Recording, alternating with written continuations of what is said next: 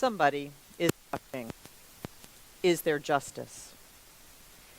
I have had two pen pals who lived behind bars. The first I was matched with through the Unitarian Universalist Church of the Larger Fellowship's prison ministry program.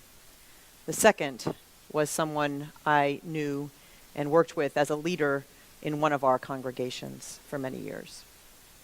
And I was also one of many in court when a beloved young adult church member was convicted of a drug-related crime which involved a gun.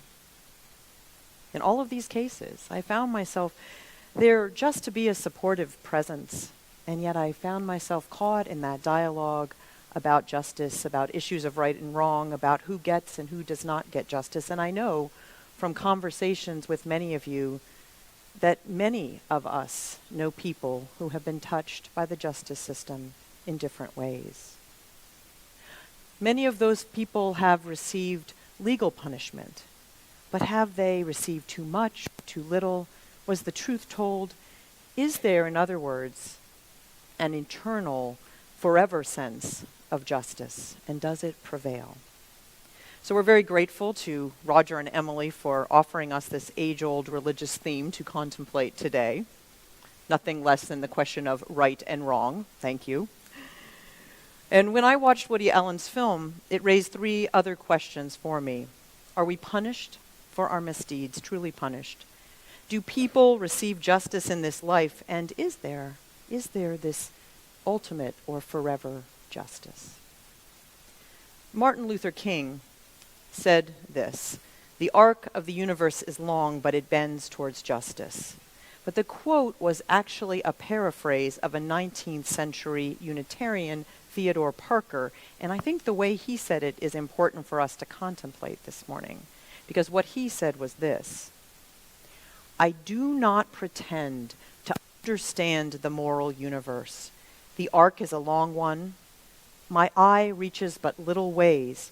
I cannot calculate the curve and complete the figure by the experience of sight. I can define it only by conscience. And from what I see, I am sure it bends towards justice." So for Parker, who died in 1829, there's still a sense of uncertainty, a sense of his own limitation alone in being able to see whether there is ultimate justice. King's version is much more affirmative. It says, yes, there is an arc and it bends towards justice. But Parker says, well, maybe, as far as I can tell, but someone else will have to give me the answer down the road. Are we punished for our misdeeds? In the film, Judah thinks of this as the question of, is there a God who punishes the guilty? And as David said, that might not be the actual question. The guilty may punish themselves through conscience or their circumstances of their life. And yet, as the film shows, conscience is an unreliable instrument, as any of us who have ever parented a teenager know. Judah's life was forever changed, and he did go from a secure and comfortable life to a life that was similar to that hell on earth which our Universalist ancestors knew, and yet, at some level, his conscience did not prevail. So does each and every person receive justice in this life? The answer to this is clearly no. Security and comfort is not doled out equally, and neither is justice. Right after the murder of one that he defined as a lowly stewardess, this powerful and wealthy man ruminates about the Judaism of his upbringing, wrestling with those timely questions and deciding ultimately that his life has more worth than the life of the person he has taken. There are many places in our world where we decide that some lives are worth more than others, and where the dynamics of power play into the dynamics of justice. As David noted, for the poor, for the brown or black-skinned, we often know that a larger justice does not happen. 2 weeks ago in Los Angeles, I heard Jose tell his story at the Faith Summit. He said this: "I am one of those people spit out by the machine of mass incarceration." He explained that he was arrested on a drug possession charge at age 17, a simple possession charge, and he was given a 5-year sentence, but then spent 13 years in 12 different prisons.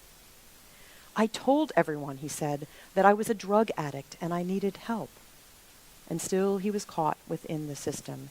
His life was changed only when he hooked up with a religious community and also with Homeboy Industries, a nonprofit which provides job training and jobs to former inmates who otherwise have very few options to return to work and society.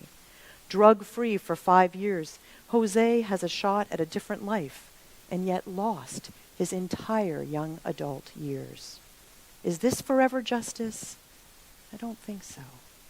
And I remind us all to consider signing one of those Prop 47 cards if you haven't, because this is an issue that faces us all.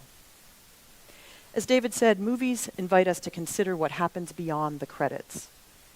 And I have had the privilege of sitting with many people in those last days of their life. So in preparation for this sermon, I thought about what the last days of Judah's life might have been like.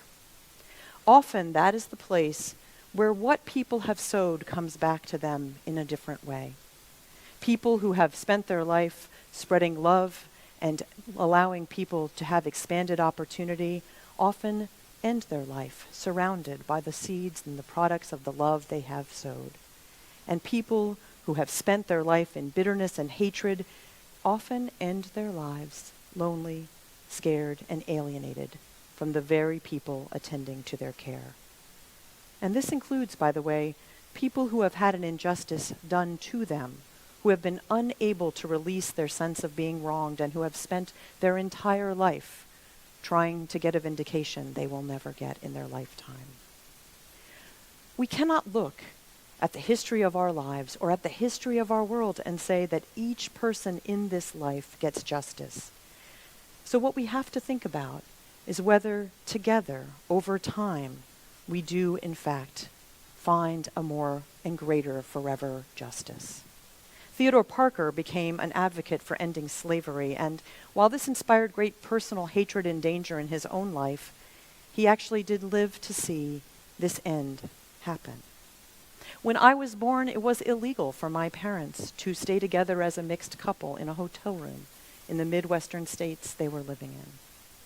And just as that's inconceivable to my children, I think it will be inconceivable to some of our grandchildren that there was ever a time when gay and lesbian people were not allowed to marry.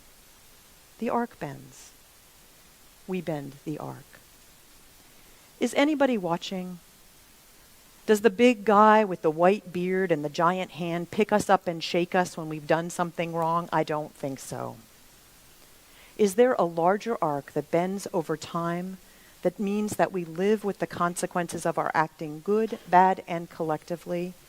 And can we also collectively help bend that arc, which determines the ultimate justice? I believe we can. What I take away from this classic film is that what we choose matters. The individual choices we make and the collective way we choose to work to bring more justice into the world.